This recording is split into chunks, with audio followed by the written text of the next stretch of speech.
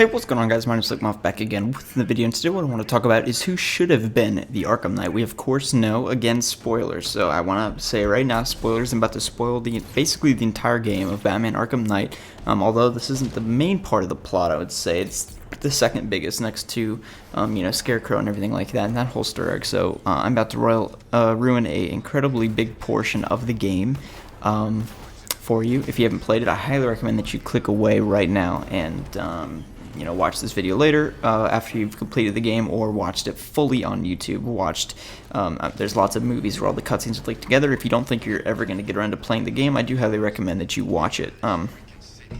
So again, the spoilers out of the way. I'm about to spoil the entire game for you and who the Arkham Knight is, because that is something that they built up the entire game. Who's the Arkham Knight?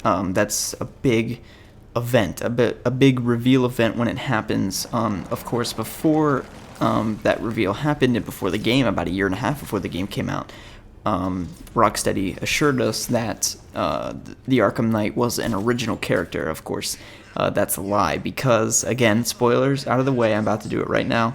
The Arkham Knight is Jason Todd, the second Robin, also Red Hood. Now, they did a lot of deceiving to try to mislead us into thinking that it wasn't Jason Todd, because they really wanted it to be a shock moment. They were building it up the entire time that it was a big, gasp kind of moment when he takes off the mask.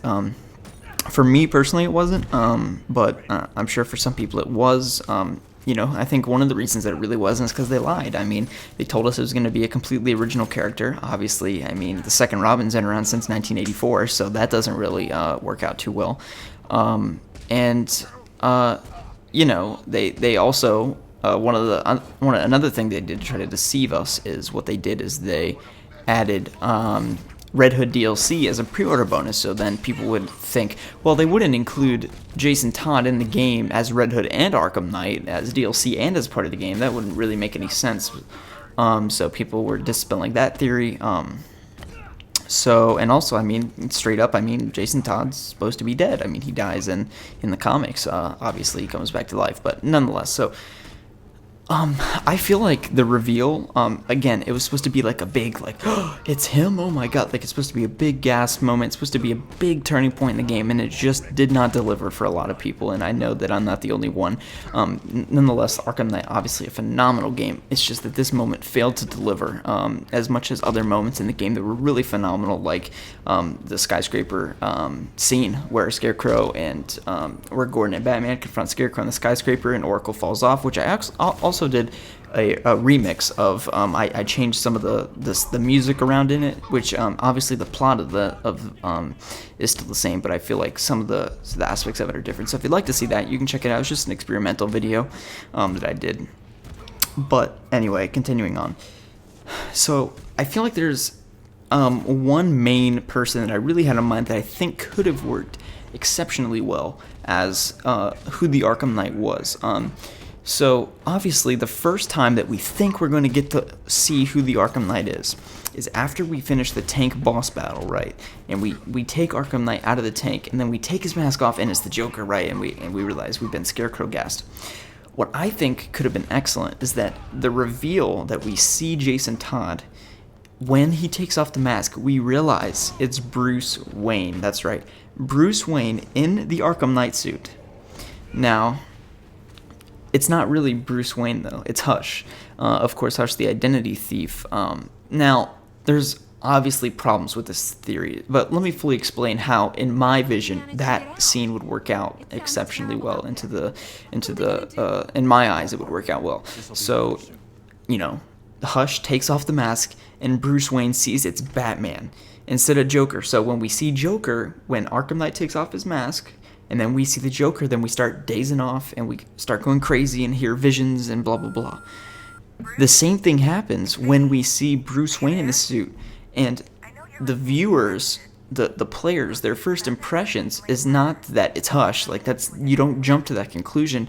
You think your screen starts going crazy, you start hearing visions, and the Joker's talking to you, everything like that. So you think it's a vision, and you think that what you're seeing isn't real, or it's a figment of your imagination, or that the Arkham Knight has been a figment of your imagination the entire time, or that just this scene you're clearly under Scarecrow gas, and you're not seeing what's actually happening.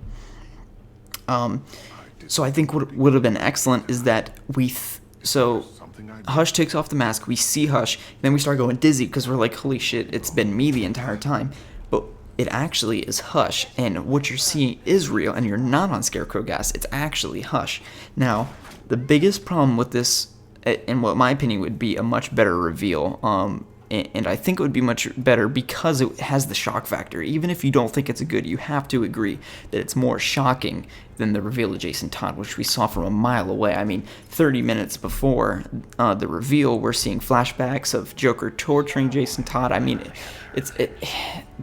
the build-up, they tried to keep it ambiguous and a big surprise, and it just, like I said, did not deliver on that. But it doesn't say that it wasn't necessarily good, because a shock doesn't, a surprise or a plot twist doesn't always mean that it's good. I mean, you can have bad plot twists. I think in this element, in this specific case, I feel like the delivery on who the Arkham Knight was could have been a little stronger, and they didn't have to deceive us to really give us a good shock. And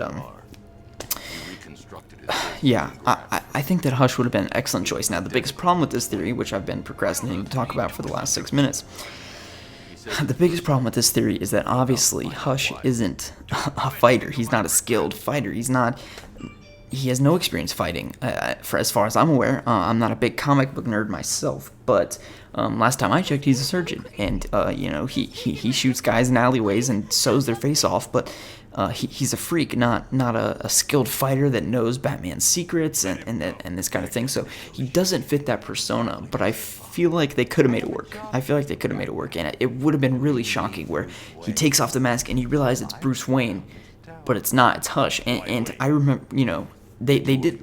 But the thing is as well, they did excellent stuff with Hush. Excellent stuff where the Lucius Fox side mission where you think that it's Bruce Wayne coming up the elevator and, smashing Lucius Fox's head into the desk when your retina scan doesn't pass. You think it's Bruce Wayne, and you think Bruce Wayne's gone crazy, but then you realize it's Hush, and that's an excellent scene. So they did very good with Hush, and I'm very pleased, but I feel like they could have done more with him, and I feel like that would have been a great plot twist, where you doze off, you're like, holy shit, it's been me the whole time, or I'm going crazy, obviously I'm seeing shit, obviously I'm not the Arkham Knight because I'm Bruce Wayne, but it's actually Hush. So I feel like that would have been, I would have loved that. And my first thought, I know if he takes the mask off and you see Bruce Wayne and then your vision starts going crazy, you start hearing Joker laughs, my first thought would be like, oh yeah, it's Hush, obviously. I feel like your first thought would be that, okay, the game's messing with us again. I mean, they've been doing it the past 8 hours of the campaign that we've played. They've been, dizzy little dizzy spells and seeing stuff because the Scarecrow gas. So that wouldn't be your first thought. But I feel like the Jason Todd reveal just did not deliver for me personally. It's not that I necessarily expected it. I'd like to hear your thoughts down below. If you called it from a mile away, I necessarily didn't. It's just that when he revealed, it was like, okay. I mean, you know what I mean? It's like the whole build-up for it didn't fulfill itself very well.